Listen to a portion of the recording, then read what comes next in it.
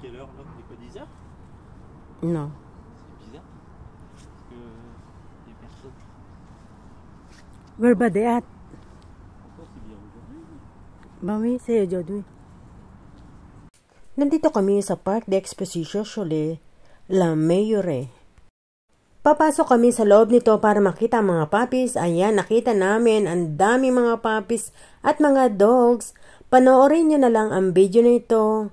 Ang halaga ng mga puppies kada isa is 1,000 euro up ang price. At depende din ang presyo ng dog kung ano yung klaseng dog ang bibilin mo. Ayan, o tingnan nyo ang cute-cute. May husky, may shih tzu, meron ding bulldog, at meron ding maltese at iba pa. Pagpasensyahan nyo na ang boses ko dahil alam nyo na kagagaling lang sa sakit, kaya medyo paus pa rin. So cute, the shih tzu. Cuckoo! Cuckoo! Cuckoo!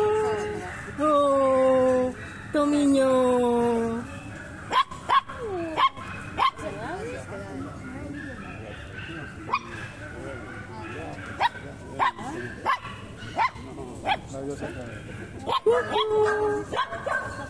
Cuckoo!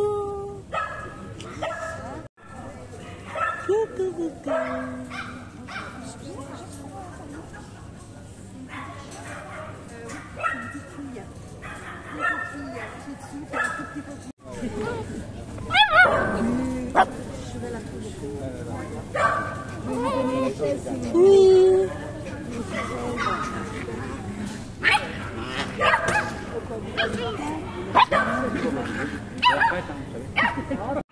Sa super dami ng mga doggies, maririnig nyo yung mga ingay ng mga doggies, diba? Kaya pagpasensya nyo na, ganun talaga dahil marami talagang mga dogs na mga binibenta dito. Cuckoo! Cuckoo! What kind of dogs, ah?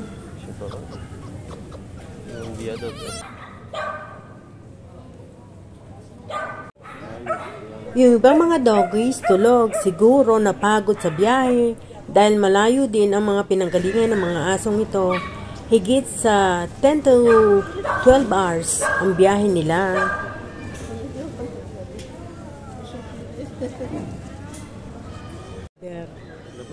Ang cute na mga puppies na to.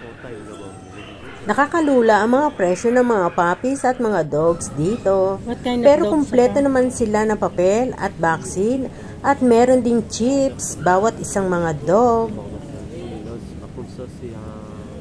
Halatang halata sa mga ibang doggy ang pagod nila. Kita nyo mga antok na antok.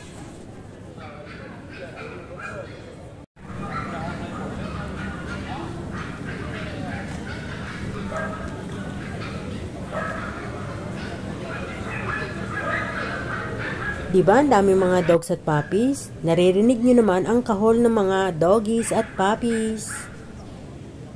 Natutuwa ako makakita ng mga doggies at puppies dito.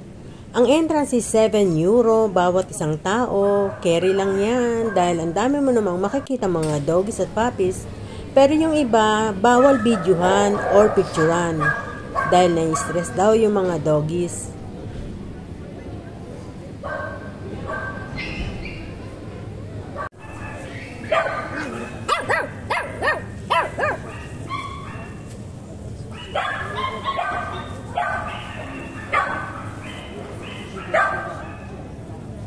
Ako ay isang shih tzu lover kaya lagi kong binabalikan ng mga ito.